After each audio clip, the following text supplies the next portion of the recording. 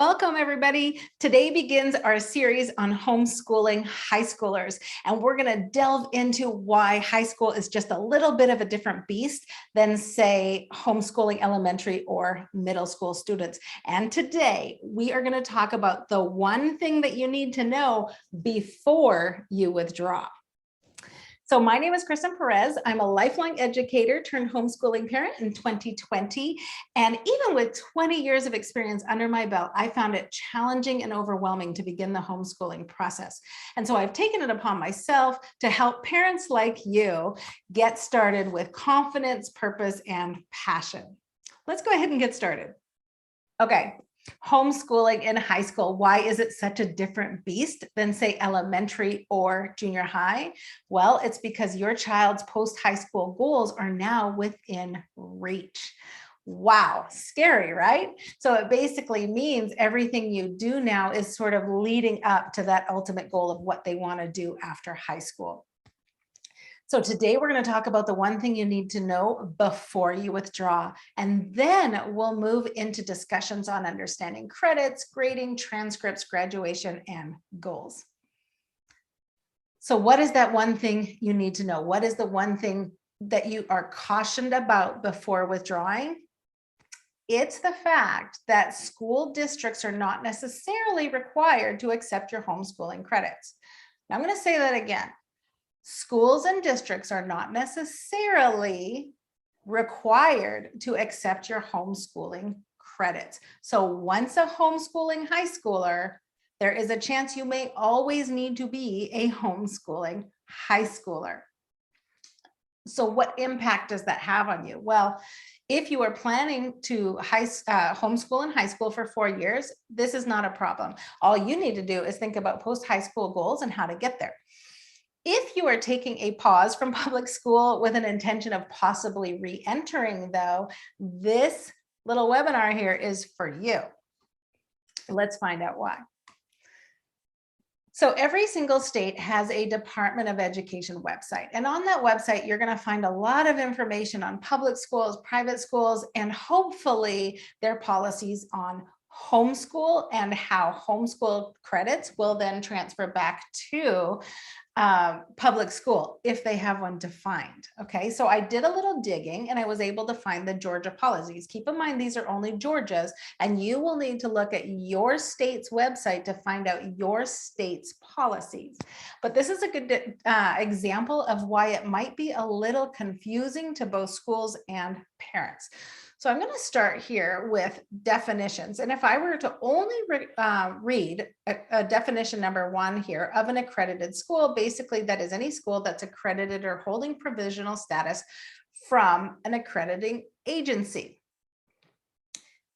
The requirements for a public school to accept credits are as follows. Local boards of education shall accept student course credit earned in an accredited school. Fantastic, right? So if I go to a an accredited school, my credits will transfer. Not so fast, because the second piece of this definition here is that the term does not include entities that are accredited as homeschooling or home study programs or non-traditional educational centers. I can't read today, goodness gracious. So that's key to know. So an accredited school is fine, but one that is deemed a home study program may not be, regardless of its accreditation status. The other thing on the flip side is if you're opting for a home study program or a non-accredited school or maybe a hybrid approach, each local board of education shall adopt a policy for validating credits for courses at non-accredited schools, home study programs, and non-traditional educational centers. So that right there is that homeschooling piece. If you're taking your student out of one of the accredited public schools or a major in-person accredited school, you are now homeschooling by definition, and the school district has full authority to assess and evaluate your students' credits, and then they can choose to accept or deny the work your student put in. So if your goal is to go back to public high school and your student did a lot of work, they're going to be rightly ticked off if the school doesn't accept those credits. So you need to take every measure you can to ensure you are doing the plan that aligns to that goal.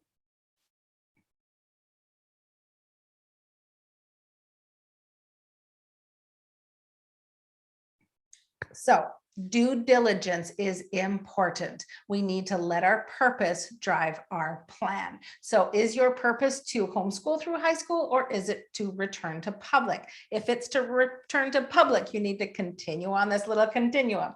You need to talk to the district, talk to them about your plan, and be very clear about whether you are going to homeschool or maybe you're opting to school at home. You're taking that accredited option or public school option at home, and then tell them which curriculum, tell them what program you're planning to use. Then you ask them directly, will they accept the credits from the program or school or curriculum you are going to plan to use? Will you be doing a DIY homeschool curriculum? You need to tell them that, like any textbooks, online curriculum, classes in the community. Are you choosing an online curriculum that's self-paced like Power Homeschool? Again, that is homeschooling. Or are you choosing an online school that's self-paced, be it accredited or not, something like Accredited Academy or Untitled? Those are self-paced.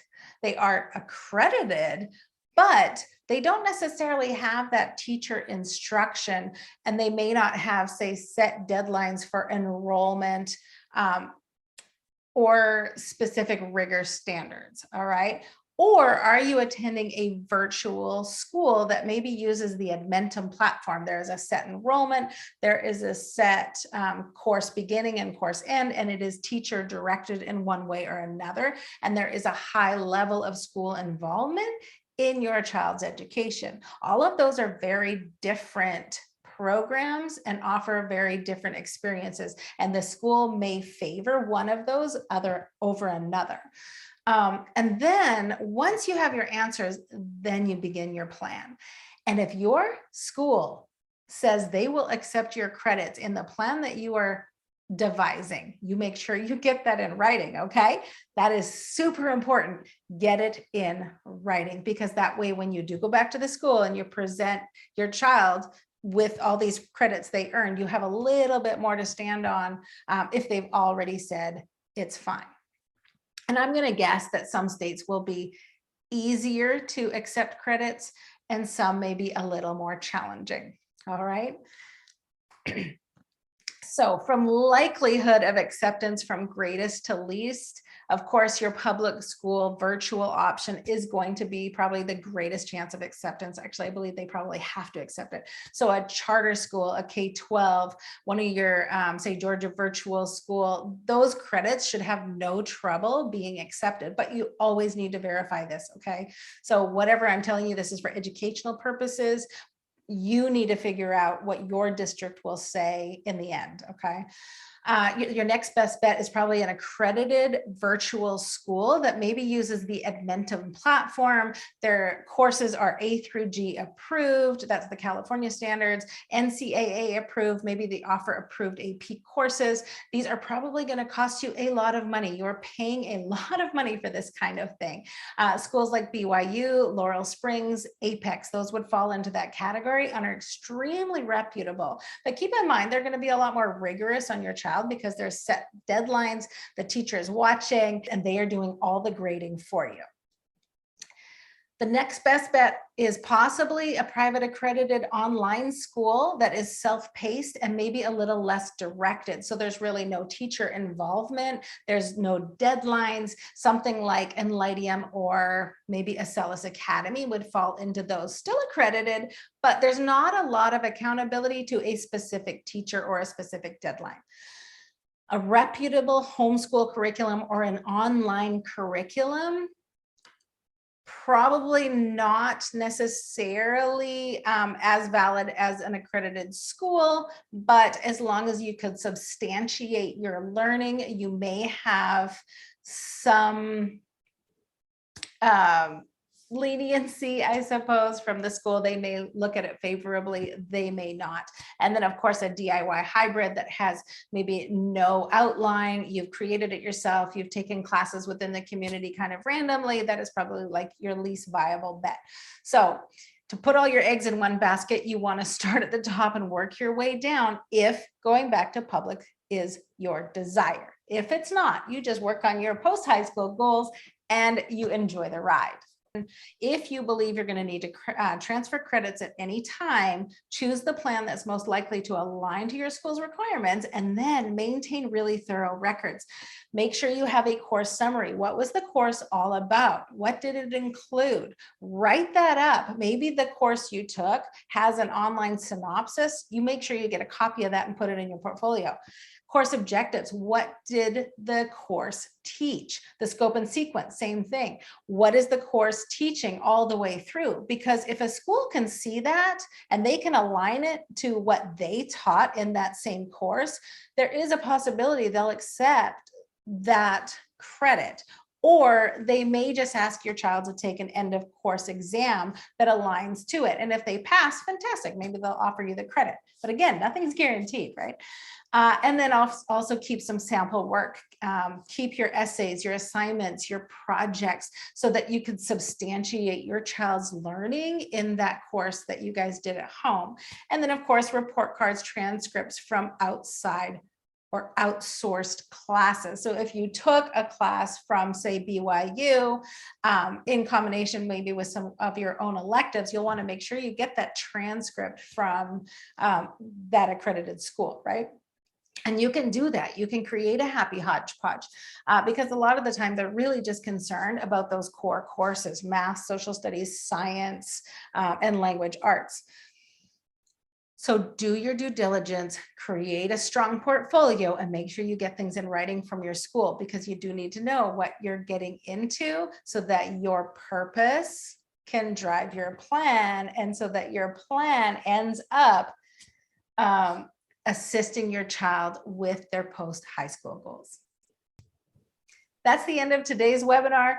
And next time we're going to be delving into understanding credits, everything we need to know about how many credits, which credits, what they need for graduation, and more. So keep following this series. Don't forget to subscribe if you're watching this on YouTube, and I'll see you again soon.